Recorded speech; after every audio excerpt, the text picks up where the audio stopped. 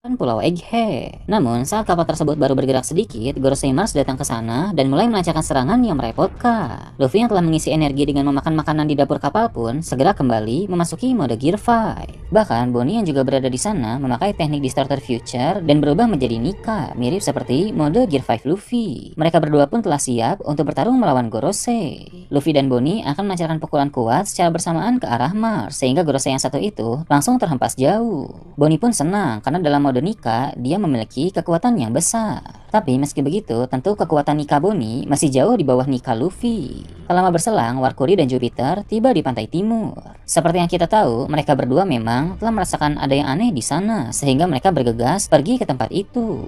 Jupiter pun akan menggunakan teknik penyedot seperti yang pernah dia perlihatkan dalam beberapa chapter lalu. Dia akan membuka mulutnya dan menghasilkan daya tarik yang kuat. Teknik itu pun membuat kapal raksasa tidak bisa bergerak maju, bahkan akan tertarik mundur secara perlahan. Tentu melihat hal tersebut membuat Luffy tidak bisa tinggal diam. Luffy memakai teknik serangan kaki mirip seperti Gomu Gomu no X, tapi kali ini dalam versi mode Gear 5 sehingga lebih besar dan jauh lebih kuat. Teknik itu pun membuat kepala Sandworm Jupiter menjadi remuk, sehingga teknik penyedotnya pun kini terhenti. Namun remuk seperti itu sama sekali bukan masalah besar bagi Jupiter, sebab sebagai Gorosei dia memiliki kemampuan regenerasi. Setelah itu Bonnie melancarkan tinju kepada Warkuri. Pukulan Bonnie dalam mode Nika sebenarnya cukup kuat, tapi malah tangannya yang kesakitan. Hal tersebut diakibatkan karena tubuh monster Warkuri sangat keras dan pertahanannya juga begitu luar biasa, sehingga ketika diserang oleh Bonnie, malah gadis itu sendiri yang merasa sakit. Luffy yang melihat hal tersebut pun memperingatkan Bonnie agar tidak menyerang Warkuri sembarangan, karena bahkan Luffy pun kesakitan ketika sebelumnya dia bertarung melawan Gorosei tersebut. Dari atas kapal, Dory dan Brogy bersiap melancarkan serangan untuk membantu Luffy dan Bonnie. Mereka berdua menggunakan serangan gabungan bernama Hakoku. Seperti yang kita tahu, serangan tersebut memiliki daya hancur yang besar. Hakoku diarahkan kepada Warkuri dan berhasil mengenai kepala monster Gorosei itu dengan telak. Namun, Warkuri hanya sedikit terdorong ke belakang dan tidak terluka sama sekali.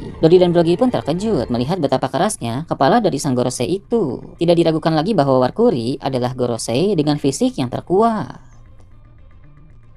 Kemudian, Mars yang tadinya terhempas akibat pukulan gabungan dari Luffy dan Bonnie, kini kembali ke sana. Dia pun menggunakan serangan beam besar yang diarahkan ke kapal raksasa seperti dalam chapter sebelumnya. Gorosei itu berniat menghancurkan kapal tersebut untuk mencegah pihak musuh melarikan diri dari Pulau Egghead. Namun, Luffy menggunakan suatu teknik untuk membuat perutnya membesar. Lalu dia pun menangkis beam dari Mars dengan perut tersebut. Bahkan, beam itu justru terpantul kembali dan mengenai sang Gorosei. Meski begitu, tapi dengan kemampuan regenerasi, Mars bisa pulih secara instan. Mars, Warkuri, dan Jupiter siap untuk mengamuk dengan lebih ganas lagi. Tapi tiba-tiba robot kuno muncul dari dalam lautan dan terbang mendekati Luffy. Hal itu membuat semua orang di sana sangat terkejut. Setelah itu robot kuno pun menembak 3 Gorosei sehingga tercipta ledakan yang cukup besar. Berada di dekat Luffy dalam mode Nika memberinya energi yang cukup untuk melancarkan serangan. Semakin lama berada di dekat Luffy, maka semakin besar pula energi yang dia terima, sehingga dia pun siap untuk bertempur kembali. Ketika robot kuno melihat Luffy, dia sadar itu bukan Joy Boy dari abad kekosongan, melainkan seorang pengguna kekuatan Nika pada masa ini. Robot itu pun berkata kepada Luffy bahwa pengguna kekuatan tersebut pada masa lalu adalah temannya. Dan sekarang, karena kekuatan itu berada di tangan Luffy, maka robot kuno mendeklarasikan diri bahwa dia berada di pihak Luffy. Sang robot pun kembali beraksi dengan menggunakan lebih banyak teknik, yang mana hal tersebut membuat Franky sangat terpukau. Sebagai pecinta teknologi, Franky bertanya-tanya teknologi macam apa yang robot itu gunakan.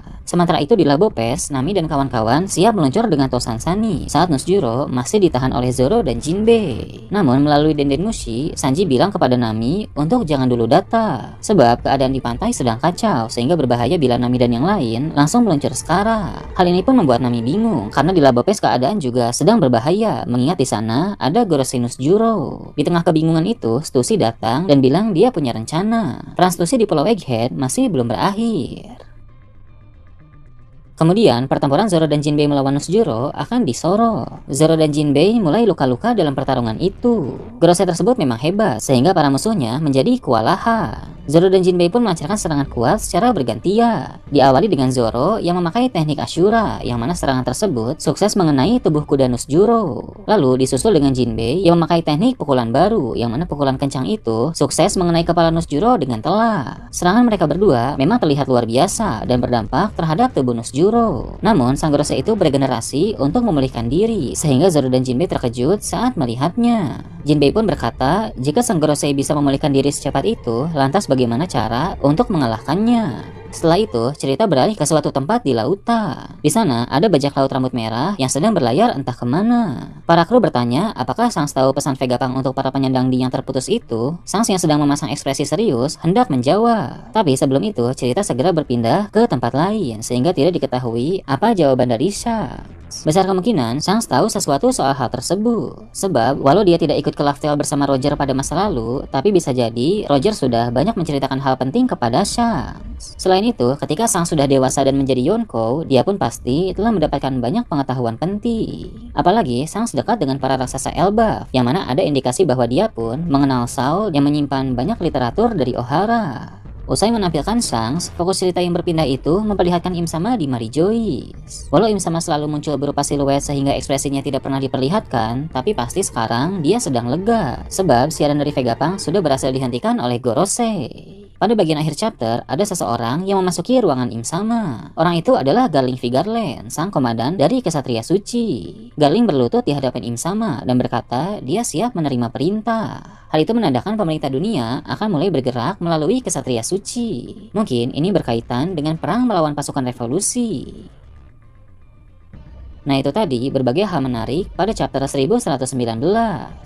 Gimana menurut kalian? Silahkan tulis di kolom komentar di bawah. Oke, segitu aja untuk pembahasan kali ini. Jangan lupa like, share, dan subscribe untuk video menarik selanjutnya.